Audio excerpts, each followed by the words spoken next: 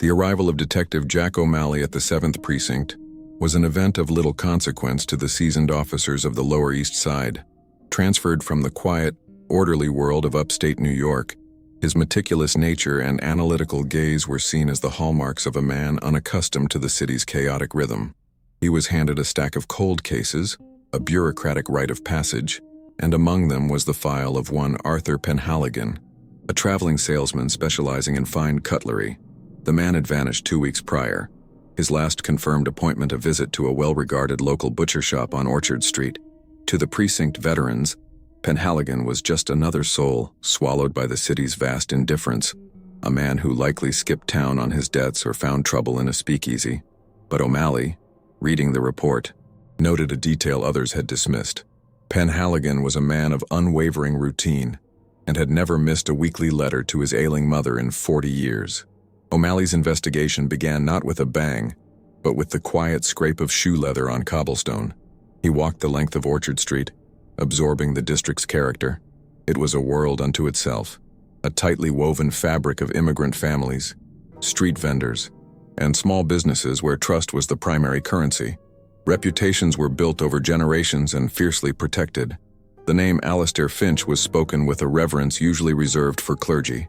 He was the neighborhood's provider, a constant and reassuring presence. His shop, Finch's Meats, was described as the heart of the block, a place where quality was guaranteed and a kind word was always offered. As O'Malley approached, he could hear the steady, rhythmic thump-thump-thump of a cleaver on a wooden block, a sound as regular and comforting as a heartbeat. It was the sound of normalcy, the pulse of a community at peace with itself. Upon entering the butcher shop, Detective O'Malley was immediately struck by two conflicting sensations. The first was the overwhelming, almost sterile scent of bleach and sawdust, a chemical sharpness that fought to dominate the air. The second was the undeniable warmth of the scene before him. Mr. Alistair Finch, a man in his 50s with kind eyes and a welcoming smile, was patiently explaining the best cuts of beef to a young mother, his hands moving with the practiced grace of a master craftsman. The shop itself was immaculate. The glass display cases gleamed, the brass scales were polished to a mirror shine, and the white tile floors were scrubbed to a brilliant, almost blinding, white. It was a picture of diligence and civic pride. Yet, O'Malley couldn't shake the feeling that the cleanliness was not just professional, but obsessive, as if it were a desperate attempt to erase something far more stubborn than simple grime. O'Malley introduced himself, presenting a photograph of the missing salesman. Mr. Finch's friendly demeanor never faltered. He studied the picture with a look of thoughtful concern, admitting he vaguely remembered the man. "So many faces come through here, Detective," he said, his voice a smooth, paternal baritone. "Salesmen, especially. They pass through like the seasons."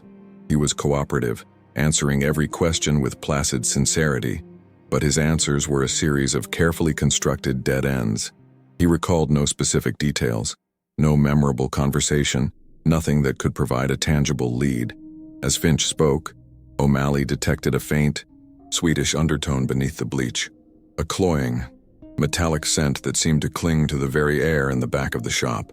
It was a smell he couldn't immediately place, but it settled in the back of his throat, a subtle, disquieting dissonance in the otherwise perfect scene. The detective left the shop with more questions than answers, the butcher's unblemished reputation forming a formidable wall. He decided to canvass the neighboring businesses, hoping to find a crack in the facade. A nearby baker, a portly man with flour dusting his eyebrows, praised Finch effusively. "Alistair, a saint that one, works harder than any man I know."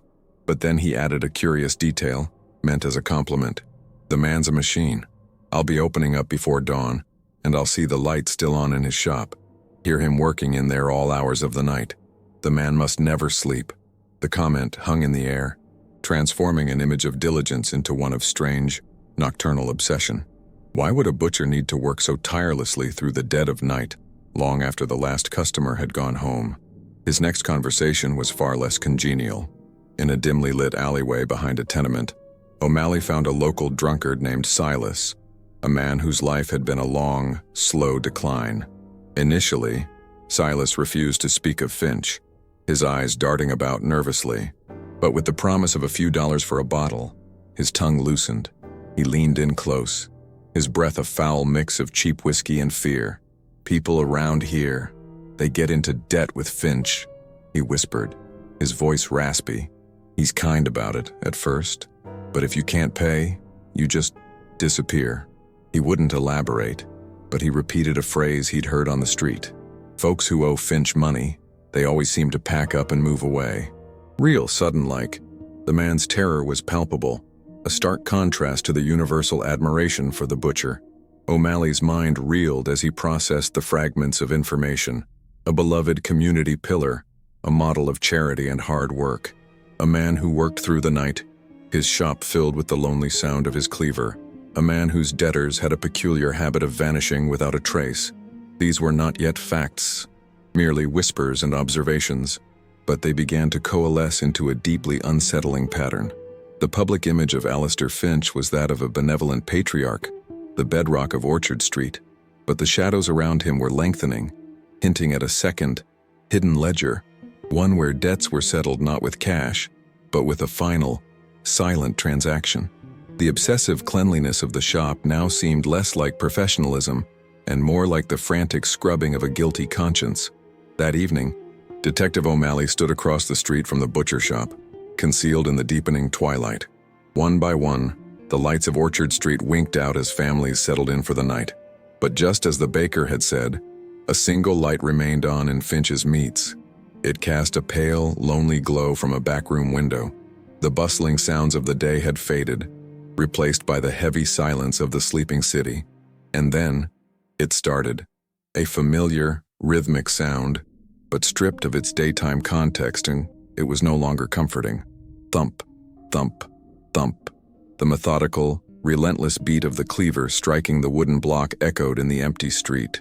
It was a sound that spoke not of preparing the next day's wares, but of a tireless secret labor that could only be performed under the cover of darkness. The sound was hypnotic, a sinister metronome counting out the final moments of some unknown, unseen task. O'Malley felt a chill that had nothing to do with the night air. He pictured Mr. Finch, the man with the kind eyes and the spotless apron, working alone in his gleaming, sterile shop. Each heavy impact of the blade seemed to punctuate a question that was now screaming in the detective's mind. What kind of special stock required such secretive, nocturnal preparation?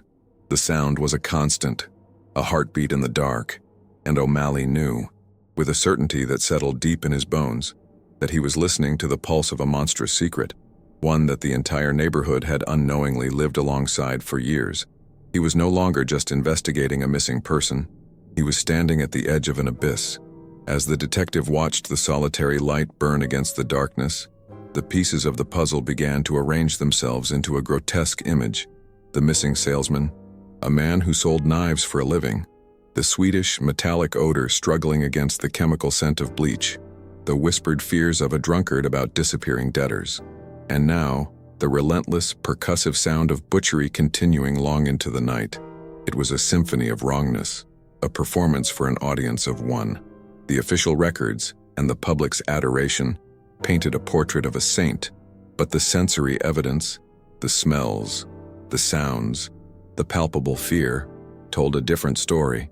Jack O'Malley realized he was not just hunting a common criminal, but a predator who had turned his very trade, the act of providing sustenance, into an instrument of an unthinkable, methodical evil. 2 semanas después de la visita inicial de O'Malley, la normalidad de Orchard Street fue interrumpida, no por un grito en la noche, sino por el estruendo prosaico del progreso municipal. Un equipo de obreros había sido asignado para reparar una sección de la tubería de drenaje principal, una tarea mundana que implicaba excavar una zanja a lo largo de la acera trasera, justo detrás de la hilera de tiendas que incluía la carnicería de Finch. El aire se llenó del olor a tierra húmeda y alquitrán caliente, y el sonido rítmico de los picos contra el adoquín reemplazó temporalmente el golpeteo del cuchillo de Alistair. Para los residentes, era una molestia menor, un ruido diurno que se desvanecería con el atardecer. Nadie, ni siquiera el detective que observaba la ciudad desde la ventana de su precinto, podría haber anticipado que la pala de un trabajador anónimo Estaba a punto de desenterrar el primer fragmento sólido de una verdad inconcebible, una pieza de metal que conectaría el mundo visible con el abismo que se ocultaba justo debajo de su superficie. El trabajo era arduo y monótono. Los hombres, cubiertos de sudor y mugre, bromeaban entre ellos mientras arrancaban las entrañas de la calle. La zanja se profundizaba con cada palada, revelando capas de la historia de la ciudad, fragmentos de cerámica, una botella de vidrio oscuro, los huesos olvidados de algún animal. Eran los detritos de generaciones, ignorados en la búsqueda del hierro corroído de la tubería. Fue cerca del mediodía cuando un joven trabajador llamado Thomas Riley, al clavar su pala cerca de la base del desagüe que descendía por la pared trasera de Finch Smiths, sintió un impacto metálico anómalo. No era el ruido sordo de una roca, ni el chirrido de una tubería vieja.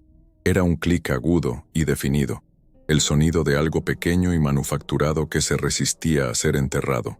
Lo descartó como un clavo o un trozo de chatarra, y continuó su labor, sin saber que su herramienta acababa de tocar la llave de una cripta de secretos.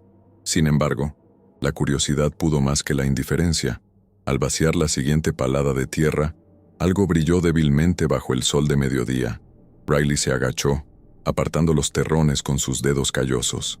Allí, semioculto en el lodo, había un objeto de plata, pequeño y de forma ovalada. Lo limpió en la pernera de su pantalón, revelando un gemelo de camisa, elegantemente labrado. A pesar del deslustre y la suciedad, su calidad era evidente.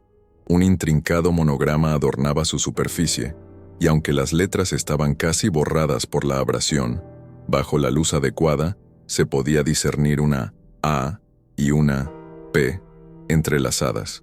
Para Thomas Riley, era un hallazgo afortunado, quizás suficiente para comprar un par de cervezas al final del día.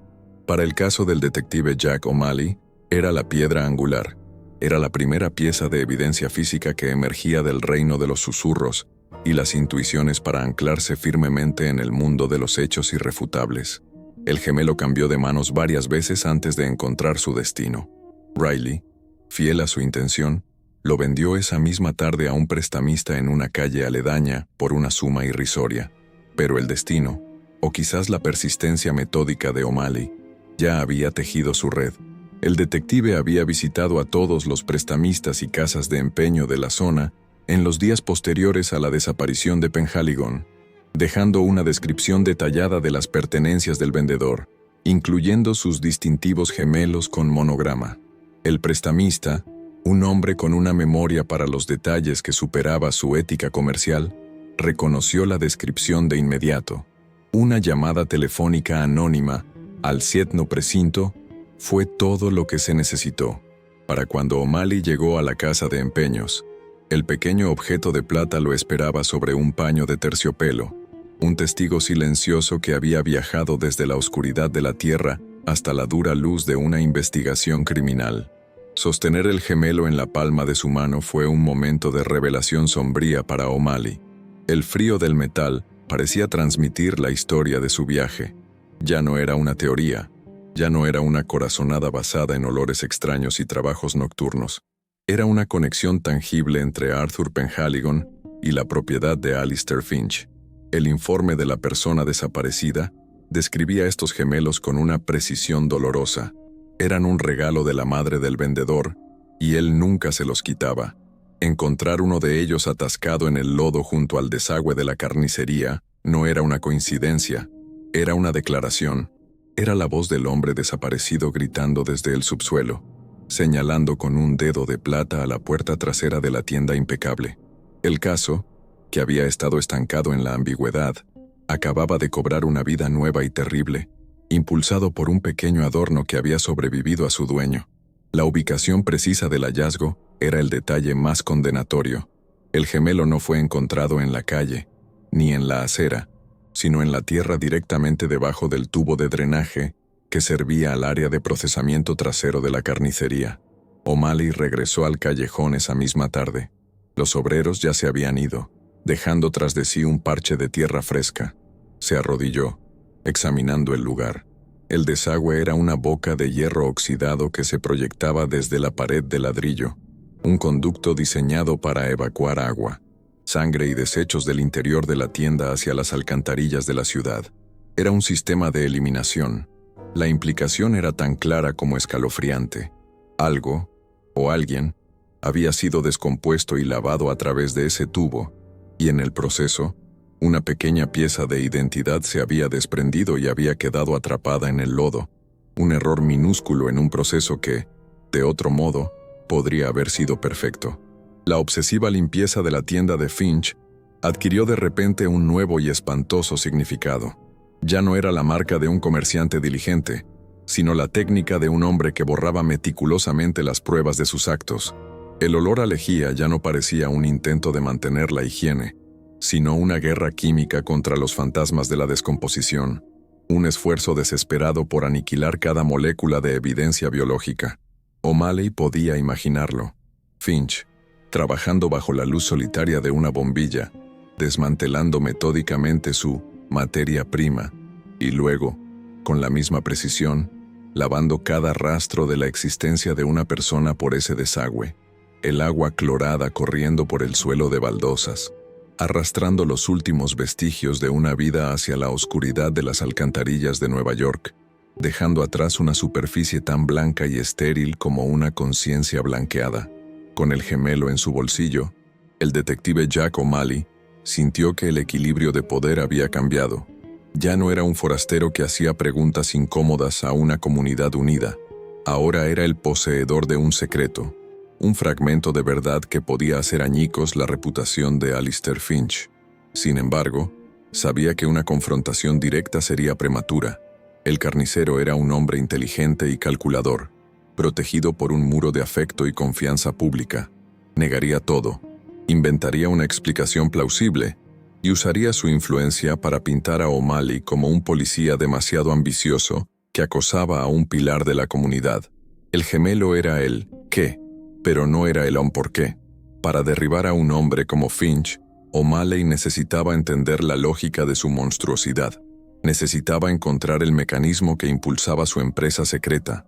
La investigación había cruzado un umbral irrevocable.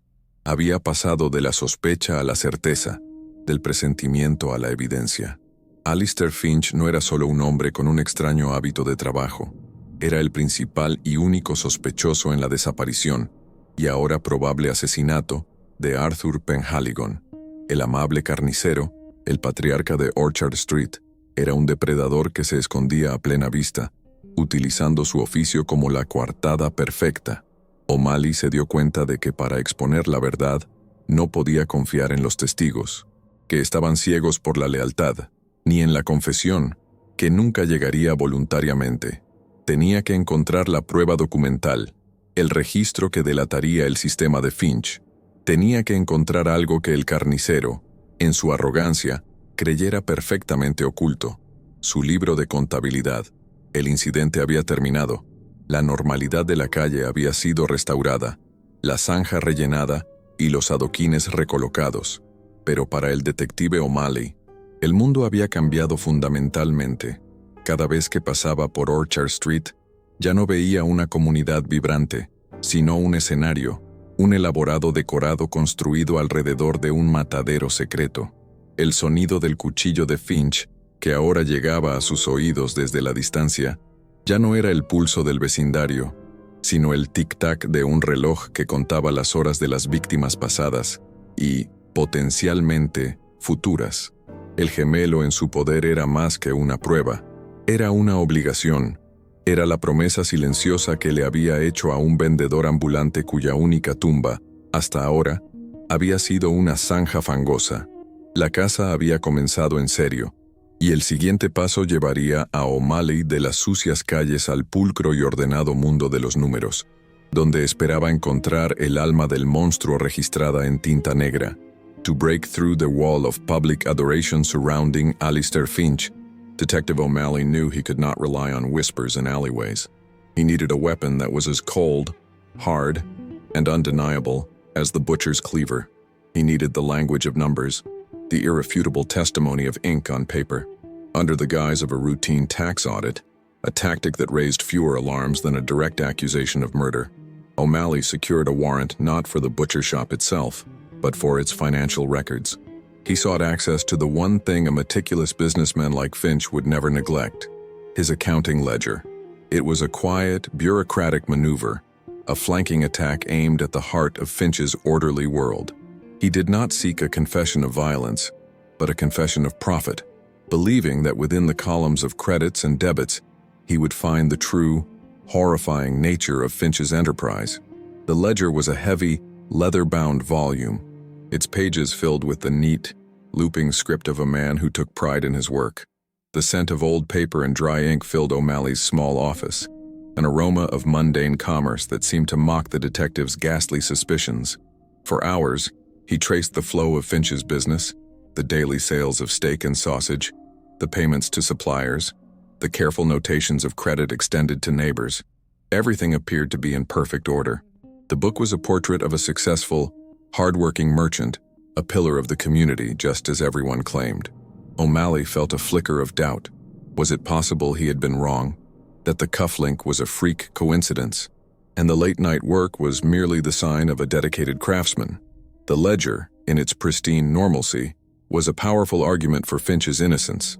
He decided to change his approach, focusing not on the sales, but on the debts. He began cross-referencing the names of customers with extended credit against the whispers he'd heard on the street. He soon found the name of one Samuel Petrov, a tailor who had fallen on hard times and whose disappearance a year prior had been attributed to him skipping town to avoid his creditors. O'Malley followed the entries for Petrov week by week. The debt grew steadily, recorded in Finch's immaculate hand. Then, on the date of October 12, 1927, the running tally of debt stopped. Beside Petrov's final balance, there was a single, tiny, perfectly rendered checkmark, drawn with the same steady hand as all the other entries. It was a mark of finality, a closing of an account, but there was no corresponding entry for payment received from Samuel Petrov. O'Malley's heart began to beat a little faster. He turned the page, his eyes scanning the sales entries for that same date, October 12, 1927. Midway down the column, nestled between sales of pork chops and beef roast, was an unusually large entry. It was not attributed to a specific product, but was instead labeled with a vague yet distinct term: extraordinary income, special stock. The sum was significant, far exceeding the usual daily take. It was enough to not only cover Samuel Petrov's outstanding debt, but to turn a handsome profit besides. The connection was immediate, intuitive, and utterly sickening. A debt was erased. On the very same day, a mysterious and highly profitable new product appeared on the books. The check mark was not a symbol of payment, it was a mark of acquisition. With trembling hands, O'Malley began to comb through the entire ledger, searching for the pattern. He found it again and again. A dock worker named Finn O'Connell, whose debt had become unmanageable, had his account closed with a check mark on March 3, 1928. On that same day, another large sale of special stock was recorded. He found the name of a widow, Eleanor Vance, who owed a small fortune for the meat to feed her children. Her account was settled on June 17, 1927, and the special stock entry that followed was celebrated in the ledger's margins with a small note. A very successful week. The ledger was not just a record of finances, it was a death list. Each checkmark was an epitaph, and each extraordinary income or entry was the price Finch had placed on a human life, meticulously documented for his own private accounting. The search became an obsession. The detective worked late into the night, the city's sounds fading into a distant hum as he delved deeper into Finch's world of silent transactions. He found the names of at least a dozen individuals, all from the margins of society, all of whom had disappeared after their debts to Finch reached a critical point. The book was a testament to a monstrously pragmatic form of evil. There was no hint of madness or rage in its pages, only the cold, dispassionate logic of a predator managing his resources. He was not just a killer, he was a businessman liquidating his assets. The human cost was neatly converted into a financial gain, the entire sordid process reduced to a simple, clean checkmark in a column. Finally, he came to the most recent entries. He did not find the name Arthur Penhaligon listed as a debtor. The traveling salesman had no reason to owe the butcher money. But on the date of Penhaligon's disappearance, O'Malley found a unique entry on the expense side of the ledger. It was a modest sum, noted as acquisition of professional tools, and on the income side for the following 2 days, the entries for a special stock, premium gray, were the largest in the entire volume. Finch had not just killed the salesman, he had seemingly used the man's own high-quality cutlery to do the job, and then recorded the acquisition as a business expense. The sheer, calculated audacity of it left O'Malley breathless. The ledger was a full confession, written in a language that only a fellow meticulous mind could decipher. Holding the heavy book, O'Malley felt the weight of all the lives it represented. The names, once just abstract parts of his investigation, now felt like ghosts in the room with him. He could almost hear their whispered pleas, see their faces in the faint reflection on the polished surface of his desk. The rhythmic thumping of the cleaver he'd heard from the street was no longer just a sound. It was the punctuation mark at the end of each of these lives. Alistair Finch had not simply erased people, he had processed them, cataloged them, and turned their final desperate moments into a tidy profit margin. The horror was not in the heat of a violent act, but in the chilling coldness of the bookkeeping that followed. Meanwhile, Alistair Finch was too shrewd not to notice the subtle shifts in the neighborhood's currents. The official inquiries from the tax office, disguised as routine, felt pointed. He observed the way Detective O'Malley now watched his shop from across the street, no longer with casual curiosity, but with the focused intensity of a hunter. Finch, a master of facades, did not betray a hint of concern. His smile remained as warm, his greetings to his customers as hearty as ever. But behind the kind eyes, a cold calculation was taking place. He understood that the detective was no longer fishing. He was circling a specific target. The time for passive cooperation was over. It was time to actively manage the narrative, to reinforce the foundations of the character he had spent a lifetime building. His counter-movements were subtle, executed with the same precision as his butchery. He began by solidifying his position as the neighborhood's benevolent patriarch. He made a conspicuous donation to the local parish, ensuring the priest mentioned his generosity from the pulpit.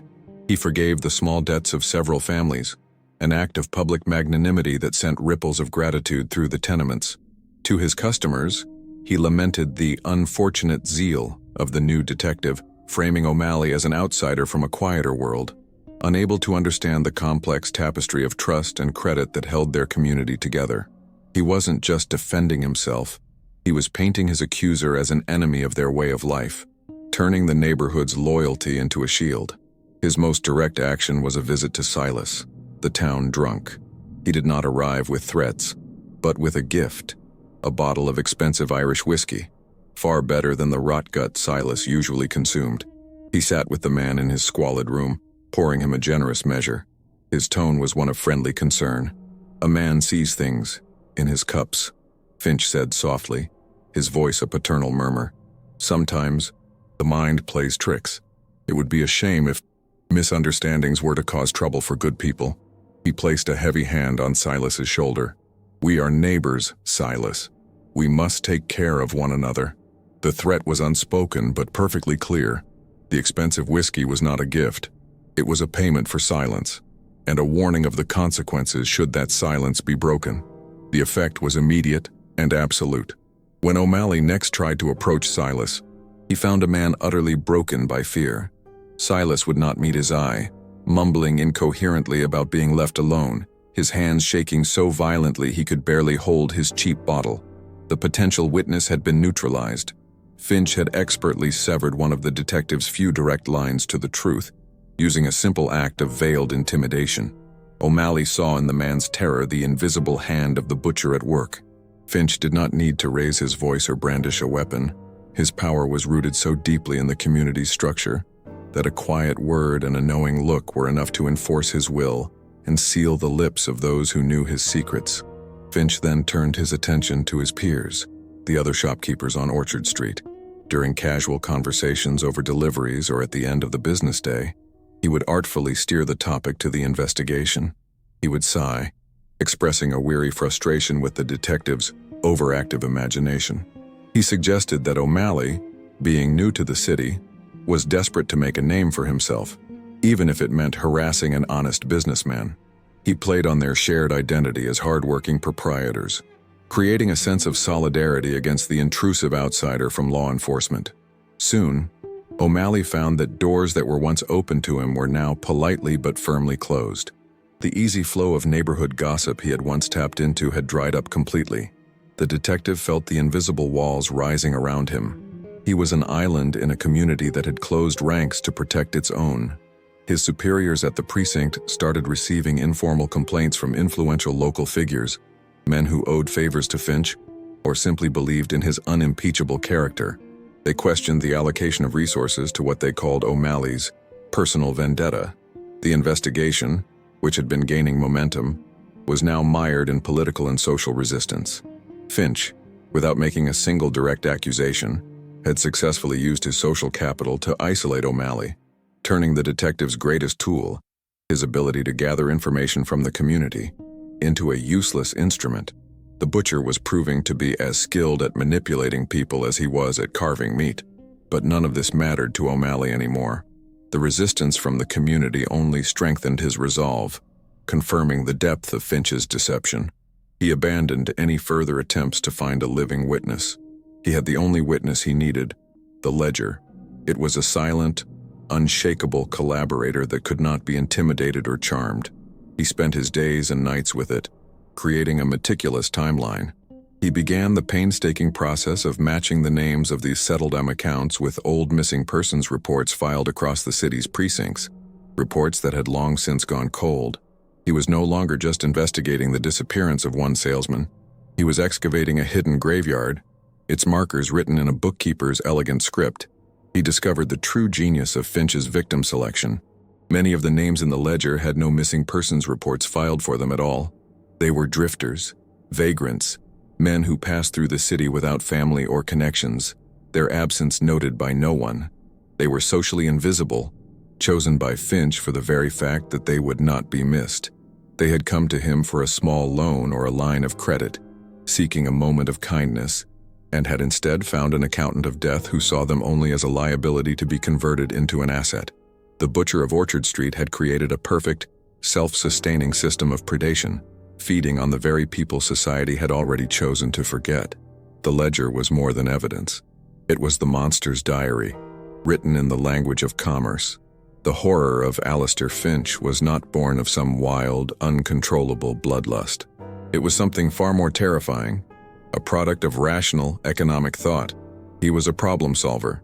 The problem was bad debt and the cost of raw materials. The solution was to make the two one and the same, to not, as he likely saw it, let anything go to waste. This chilling pragmatism, this complete erasure of humanity in favor of efficiency, was more profoundly evil than any act of passionate violence. Finch was the ultimate capitalist, having reduced human life to its most basic value as a marketable commodity. O'Malley finally closed the heavy leather cover of the ledger. The scent of old paper seemed to cling to him, the ink staining his very soul. He had it all: the pattern, the motive, the timeline, and the names of the forgotten dead. The wall of public opinion Finch had built around himself was about to come crashing down, shattered by the undeniable truth recorded in his own meticulous hand. The investigation had reached its zenith. There would be no more questions, no more canvassing, no more searching for whispers in the dark. The next time he visited Finch's meets, it would not be as a lone detective asking questions. It would be with a search warrant in his hand and the full force of the law at his back, ready to open the door to the abattoir he knew was hidden behind the welcoming facade. Armed with the ledger, a document that chronicled a business of death, Detective O'Malley secured the search warrant. It was a cold, gray morning when he returned to Orchard Street, this time not as a solitary observer, but as the leader of a small contingent of uniformed officers. The street was just waking up, the air filled with the scent of baking bread and coal smoke. As they approached Finch's meets, the familiar, rhythmic thump, thump, thump of the cleaver could be heard from within, a sound of mundane diligence that now seemed a grotesque parody. The officers and faces were grim, their presence a stark intrusion into the neighborhood's morning routine. They were about to pull back the curtain on a stage of normalcy, revealing the charnel house that had operated in plain sight for years. The final act of Alistair Finch's performance was about to begin, whether he knew it or not. Mr. Finch answered the sharp rap on his door with his customary placid smile, wiping his hands on his pristine white apron. He showed no surprise, no fear, only a sort of weary resignation as O'Malley presented the warrant. "Detective," he said, his voice as smooth as ever, "I was wondering when you would return. Please, come in. Do try not to disturb the customers." His composure was absolute, a final defiant performance of the role he had perfected.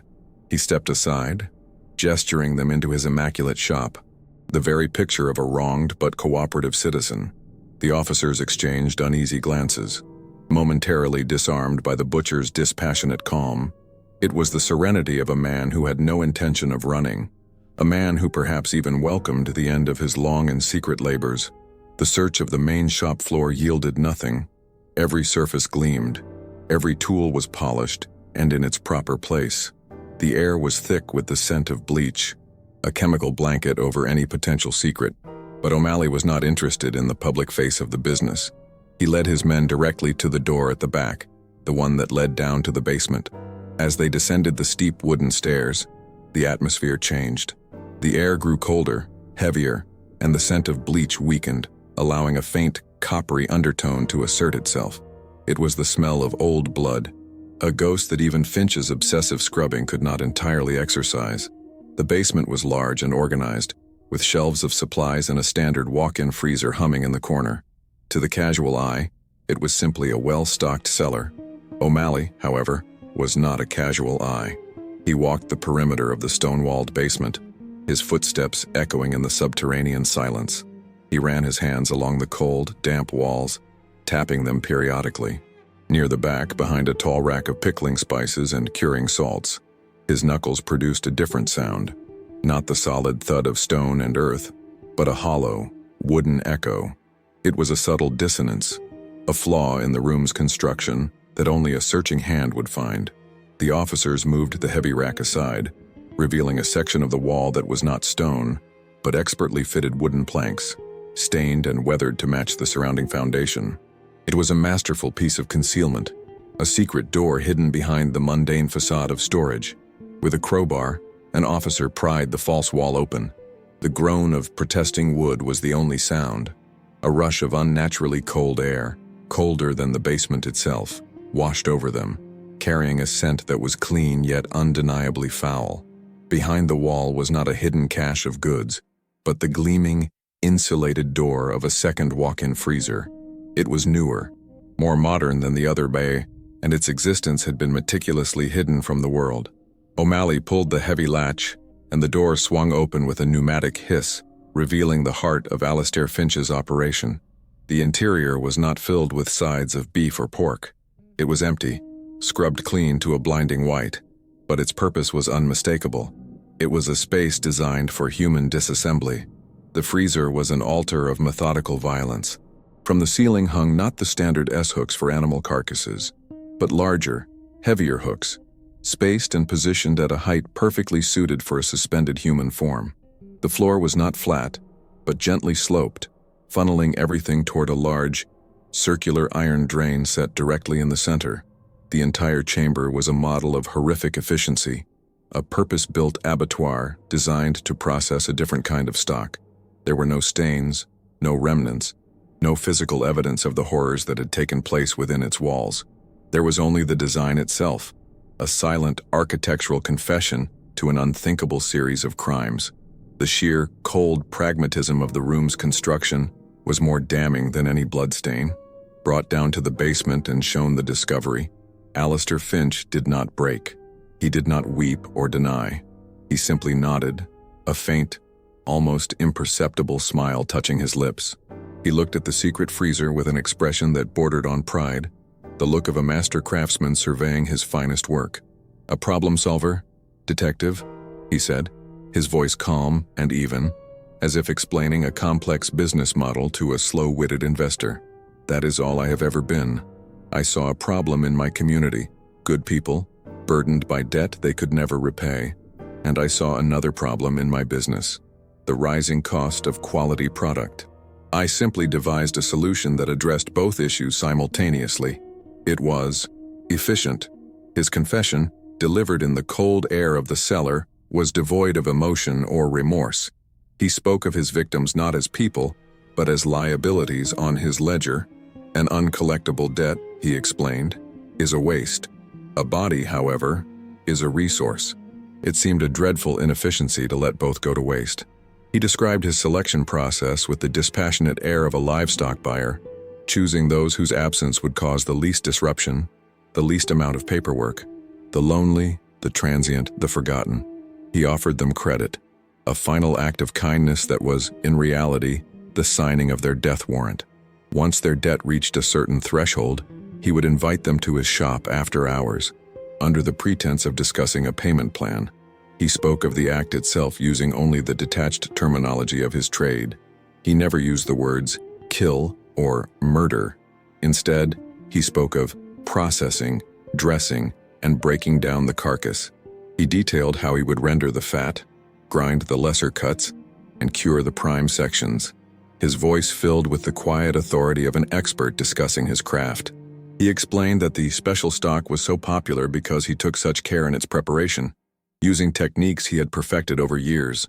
The horror of his statement was not in the violence it described, but in the complete and utter erasure of the victim's humanity. They were never people to him.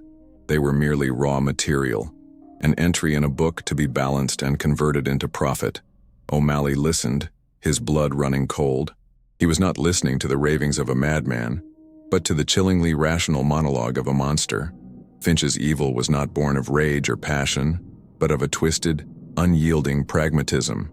He had created a perfect, closed economic loop where debt was converted into flesh, and flesh was converted into cash, which he then used to extend more credit, snaring his next victim. He was the ultimate predator, hiding behind the most trusted of community roles, the man who feeds the people. He had turned the sacred act of providing sustenance into an engine of cannibalistic commerce, feeding the neighborhood on its own forgotten members. The officers led him up the stairs and out of the shop, into the now crowded street. Neighbors had gathered, their faces a mixture of confusion and disbelief as they saw the kind, gentle Mr. Finch being led away in handcuffs. He did not look at them. His expression remained placid, his gaze distant, as if he were merely concluding a long day's work. The idyllic portrait of Orchard Street was shattered, the trust that had bound the community together for generations dissolving in an instant. The man they had revered as a saint, the man whose food had graced their family tables, was a purveyor of an unimaginable horror. The betrayal was absolute, a poison that would seep into the very foundations of the neighborhood. Inside the shop, the silence was profound. The rhythmic beat of the cleaver was finally stilled.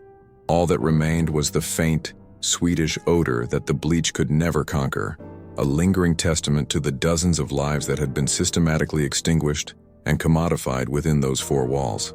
The ledger on O'Malley's desk had told the story in the language of numbers, but here, in this sterile, silent room, the full weight of that story became a physical presence. The shop itself felt like a tomb, a monument to a form of evil so mundane in its execution that it had thrived, unnoticed, in the heart of the city. The arrest of Alistair Finch marked the end of the investigation, but it was only the beginning of the horror for the people of the Lower East Side. The questions had been answered, the pattern confirmed, the monster unmasked, but the truth was a burden that the community would have to carry. O'Malley, standing in the doorway of the now sealed butcher shop, looked out at the faces of the people Finch had fed. He saw not just shock, but a dawning, sickening comprehension in their eyes. The crime was not just murder. It was a violation of the most fundamental social contract, a desecration performed with a smile and a kind word. The legend of the Butcher of Orchard Street was born in that moment of collective realization. The truth, far more terrible than any ghost story a teenager could invent, would haunt the neighborhood forever. It was not a tale of a phantom, but a chilling reminder of the abyss that can hide behind the most ordinary of faces. Alistair Finch's final, and most successful, product was not his special stock, but a legacy of fear and a permanent stain on the soul of a community that had unknowingly invited a wolf to be its shepherd, and had praised him for the richness of the feasts he provided. The trial of Alistair Finch was not merely a local affair, it became a national spectacle, a theater of the grotesque that captivated and horrified the country. Newspaper headlines screamed with lurid titles like "The Butcher of Orchard Street" and "The Cannibal Accountant." Reporters from across the nation descended upon the Lower East Side, transforming the once tight-knit community into a morbid tourist attraction. Through it all, Finch remained an island of terrifying calm. He sat in the courtroom, his hands neatly folded, listening to the gruesome testimony as if it were a dry recitation of last month's inventory. His placid demeanor was perhaps the most unsettling exhibit of all, a perfect mask of sanity that refused to crack even as the full, unfathomable depth of his depravity was laid bare for the world to see. His lack of monstrous affect made the monster itself seem all the more real, all the more possible. For the residents of Orchard Street, the trial was a public vivisection of their own lives.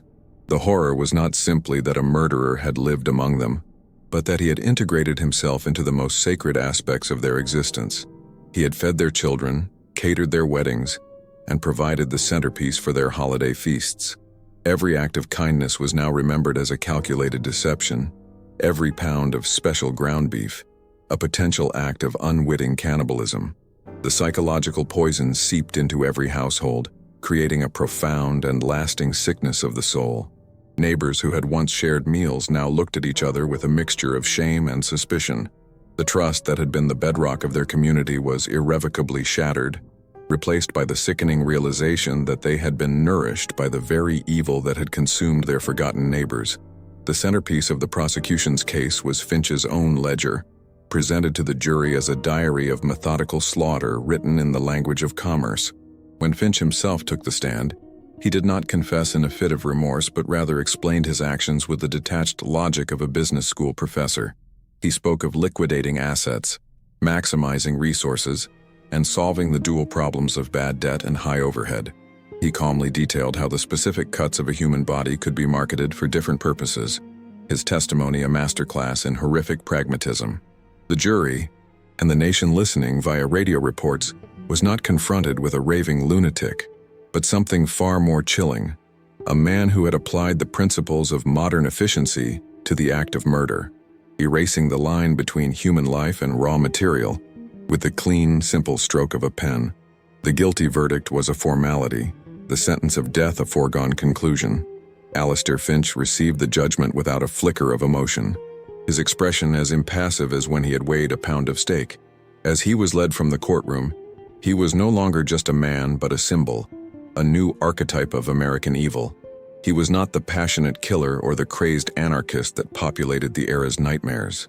He was the monster next door, the friendly face of absolute nihilism, a man who had looked upon his fellow human beings and seen only columns in a ledger. His physical removal from society did little to quell the terror he had unleashed. The legal case was closed, but his story had just begun its long, dark journey into the realm of folklore, a permanent stain on the city's consciousness.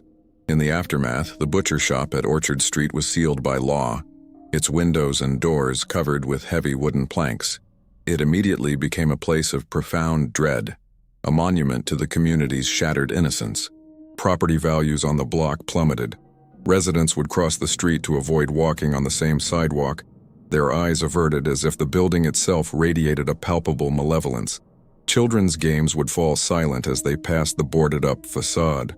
The shop was no longer just a location. It was a wound on the landscape, a physical scar that refused to heal. It stood as a constant, silent reminder of the betrayal, its darkened windows like dead eyes staring out at the neighborhood it had so intimately violated, a tombstone for both the victims and the trust they had all once shared. As the years passed, the stark, unbearable facts of the Alistair Finch case began to soften and warp, transforming from a documented criminal history into a living urban legend. The human mind, seeking to distance itself from a horror so pragmatic and real, began to cloak it in the supernatural. The story of the meticulous, calculating businessman became the tale of a demonic butcher, a creature of pure evil. The names of the specific victims, so carefully recorded in Finch's ledger, faded from memory, replaced by the archetypal figures of the lost traveler or the unwary child. This transformation was a necessary act of psychological self-preservation for the community, turning a knowable, human monster into a phantom, thereby placing his evil just beyond the realm of everyday possibility. The legend developed its own specific and chilling details, whispered from one generation to the next. It was said that on the anniversary of his capture, the rhythmic thump, thump, thump of Finch's cleaver could still be heard echoing from within the sealed building. The ghost of the butcher still at his tireless work. Teenagers would dare each other to press their ear against the rotting wood of the door, swearing they could hear faint, guttural sounds of carving.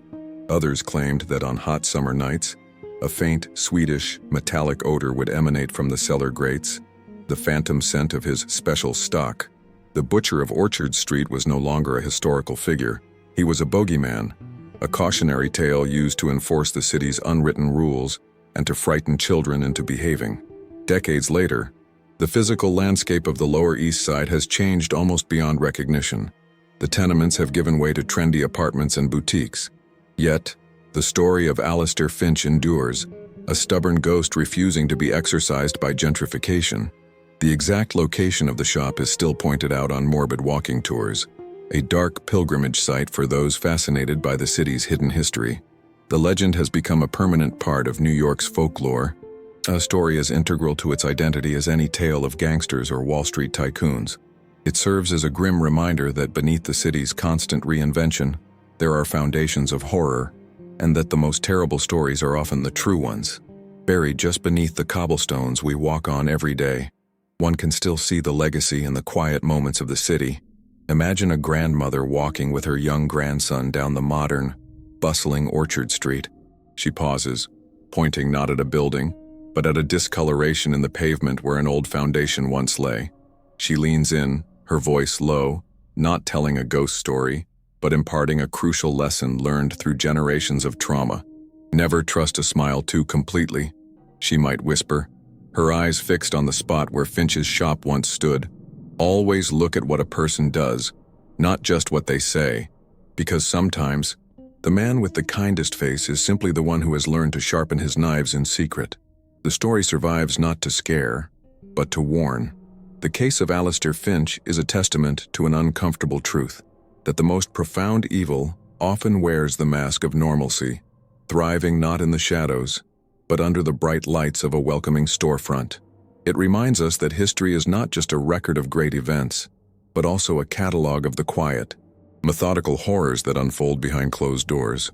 There are countless such stories, their records gathering dust in municipal archives, their legacies whispered in the alleys of our cities. To ensure these dark truths are not forgotten, and to continue unearthing the forbidden histories that shape our world, subscribe and join our investigation into the shadows of the past.